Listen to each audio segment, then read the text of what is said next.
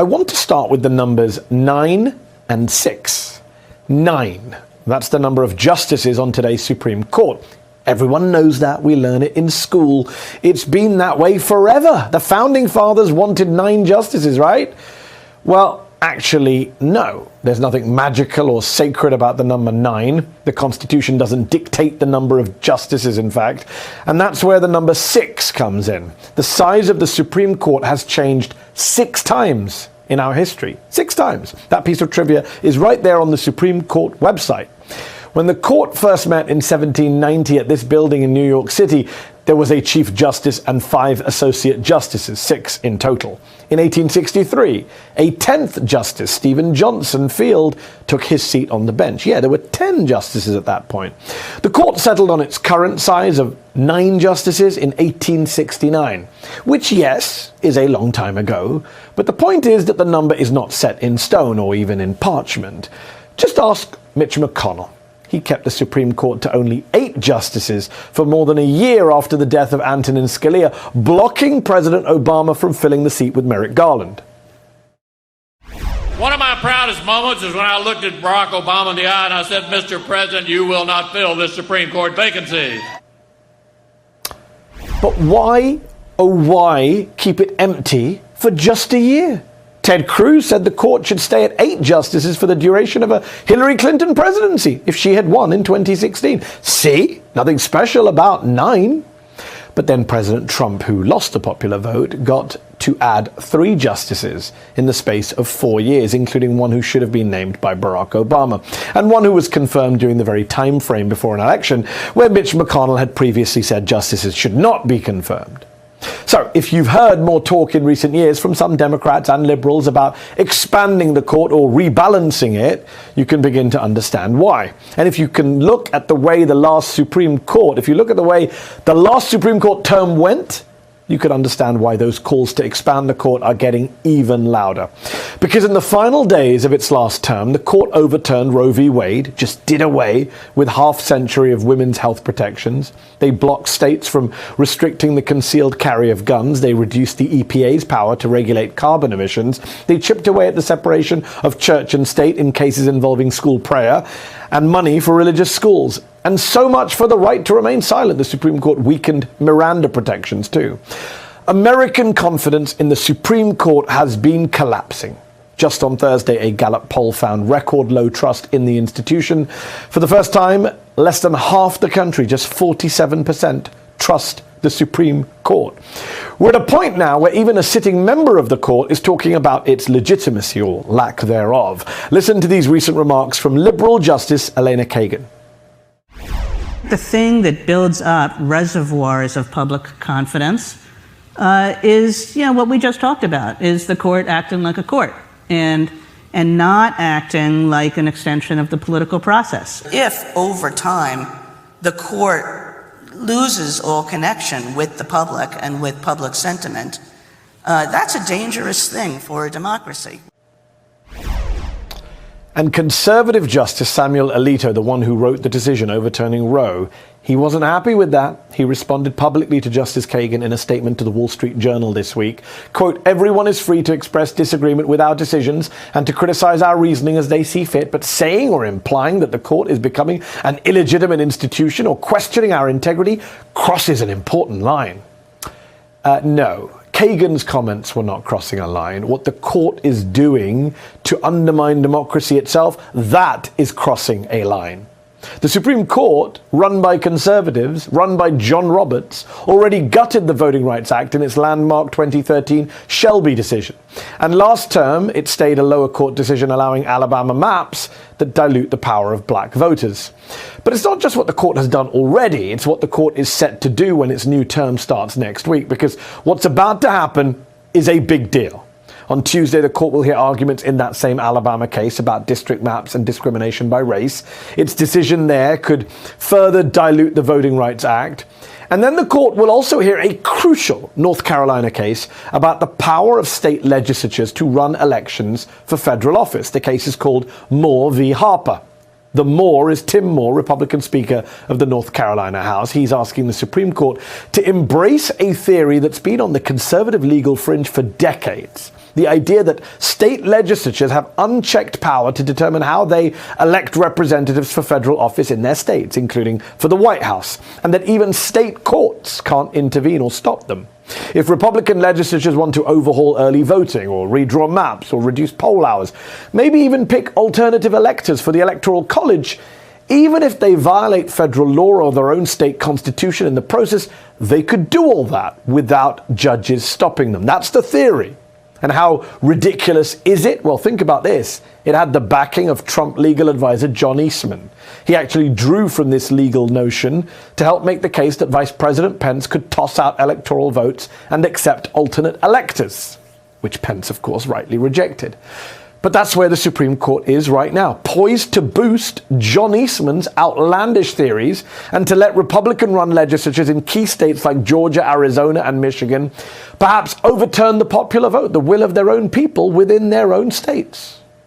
They're in a position to do this because Mitch McConnell abused the Senate's responsibility to advise and consent to steal a seat on the Supreme Court. And Joe Biden and the Democrats, they haven't taken court expansion seriously enough ever since. Look, expanding the court is not just about protecting women's health or about stemming the epidemic of gun violence or protecting our climate. It's about saving democracy itself. And that's why civil rights activists have been taking up the cause of court expansion. Just this week, Martin Luther King III came out in favor of expanding the Supreme Court. I think we're in a phase where the court is out of line with what the nation believed, based on, if polling is correct, that the court is way out of line. And again, it goes back to, what are your remedies? Expansion. We need to expand the court. And the time is right now. And Martin Luther King III, son of Dr. Martin Luther King Jr., joins me now. He's a civil rights activist, leader, chair of the Drum Major Institute, a progressive think tank and community action group. He joins me along with Brian Fallon, executive director and co-founder of Demand Justice, a group dedicated to reforming our judiciary, which hosted Wednesday's event with Martin Luther King III. Martin, thanks so much for coming on the show. You're a lifelong civil rights activist. You've worked on campaigns for fair pay, racial equality, voting access. How did Supreme Court expansion, reform, become such a critical issue to you? Well, I think I've been thinking about it for quite a while, and certainly Demand Justice, Brian, and this organization have been thinking about and talking about it longer. We were involved in a campaign last year around protecting, preserving, and expanding democracy. On the King holiday, and actually on August 28th, we had a campaign also trying to move the needle, and particularly around the filibuster, because if the filibuster issue had been removed, two senators who were not willing to remove the filibuster, and so as a result, 48 senators were engaged, and it would have protected voting rights. That is not happening. Secondly, we've heard the courts now say, or at least one of the representatives, Clarence Thomas, that now that the Dobbs decision has been addressed and we've moved things back, let's look at some other areas where we may turn the clock back. The remedy, I believe, is an expansion. And certainly our organization is proud to join with Brian Fallon and Demand Justice to say that maybe it's time for us to add 4 more members to the court. I believe at one time there were 9 appellate court regions. Now it's 13. And so time moves and things must change. Yeah. So, Brian, let's talk about what's changed. Recently retired Justice Stephen Breyer spent, the same Stephen Breyer who spent the past few years bemoaning partisanship and its toll on the legitimacy of the court. And yet this is recently what he told Chris Wallace over at CNN about the role that partisan politics played in his decision to retire. Have a listen. But it seems like part of your calculus was you wanted Joe Biden to be able to name your successor. Well, I certainly want someone to be able to. There have been delays, when the parties split between control of the Senate and control of the presidency. So the fact that it was a Democratic president and a Democratic majority in the Senate played a role. You have to be, did it play some role? Could have, but it would depend on what the Republicans were. Brian, Stephen Breyer is basically saying, I didn't want my seat left open the way Mitch McConnell and the Republicans held Antonin Scalia's seat open. Even he recognizes the confirmation process is kind of weird now. They've even radicalized Stephen Breyer. You look at what happened to Ketanji Brown Jackson during her hearings. The whole Senate confirmation process is a bit of a joke at this point, is it not? It is, and these people that you're playing clips from, Mehdi, Justice Breyer, Justice Kagan, these are institutionalists who for years have been defending the court, even as some of us on the outside have been calling for expansion for several years now. And so the fact that even they are joining the chorus of people calling into question the court's legitimacy just goes to show you how much the Republican-appointed justices on the court have overplayed their hand here.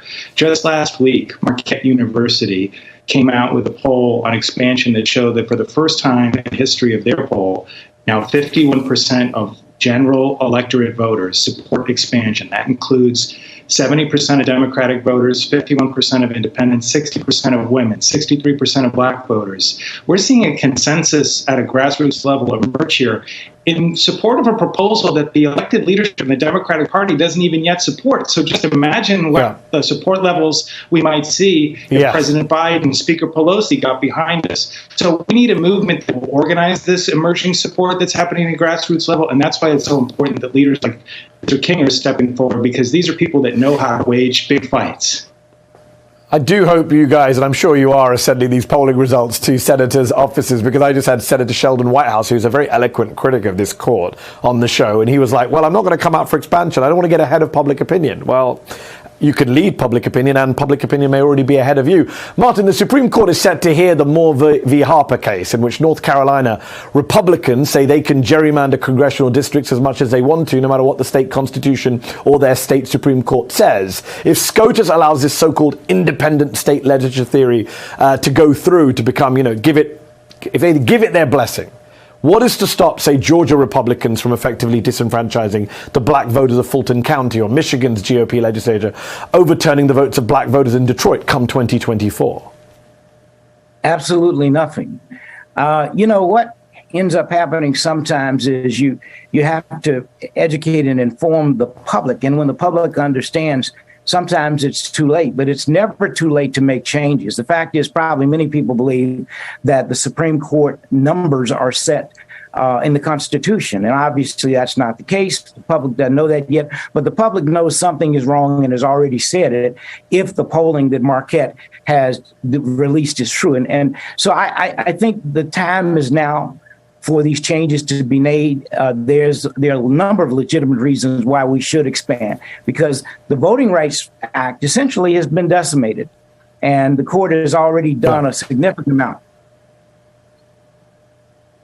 Brian, you mentioned institutionalists like Kagan and Breyer. Like, these are people who believe in this stuff, and even they are coming out. What about Joseph Robinette Biden, President of the United States, former United States Senator, big institutionalist, big centrist, big believer in the Supreme Court, had a commission that basically kicked expansion into the long grass last year. Is he coming around to this? Is there a way to get him on board with this? Not yet, Mehdi. Joe Biden is the ultimate institutionalist. He was the former chairman of the Senate Judiciary Committee. He is somebody that considers himself a custodian of institutions as the president of the United States. He appointed this commission last year to look at Supreme Court reforms, but then as soon as he stood it up, he said that he didn't want them to actually make any recommendations. Well, at the same event that Mr. King spoke at yesterday that we hosted, we had two of the former commissioners that served on President Biden's own panel that said that they went into the commission being very skeptical of the idea of expansion and came out believing it was the only solution. And I think more and more people are having that same type of epiphany. That other poll that you showed at the in the intro to this segment, Mehdi, Gallup today, only 47% of the American public has trust in the court. That is the lowest number. Gallup has been polling that question since 1972, and that's the lowest number on record for the Supreme Court. So it's about time for Democratic politicians to step up and be responsive to this concern that we're seeing expressed at a grassroots level across the country. And Martin, last question to you. I have to ask, there are a whole bunch of legal institutions that strike a lot of Americans as dull, but they do, they are crucial to questions about the future of our democracy. One of those is the Senate filibuster. Even the name itself puts people to sleep. But I want to play what your late father said about the filibuster years ago when it threatened a new Civil Rights Act. I think the tragedy is that we have a Congress with a Senate that has a minority of misguided senators who will use the filibuster to keep the majority of people from even voting. They won't let the majority of senators vote. And certainly they wouldn't want the majority of people to vote because they know they do not represent the majority of the American people. In fact, they represent in their own states a very small minority. Martin, your father was considered a radical when he said that, yet here we are, decades and decades later, fighting the same battle over the Senate filibuster, trying to stop rule by a conservative minority. Yes, over 55 years ago he said that, and yet we are still incrementally making progress. The fact of the matter is when it was voted in January, in terms of voting specifically on voting rights expansion, it failed by 2 votes. So it's critically important that people around our nation vote in November to hopefully ensure that other Democrats will be elected. And then maybe then we can finally address the filibuster and so many other issues.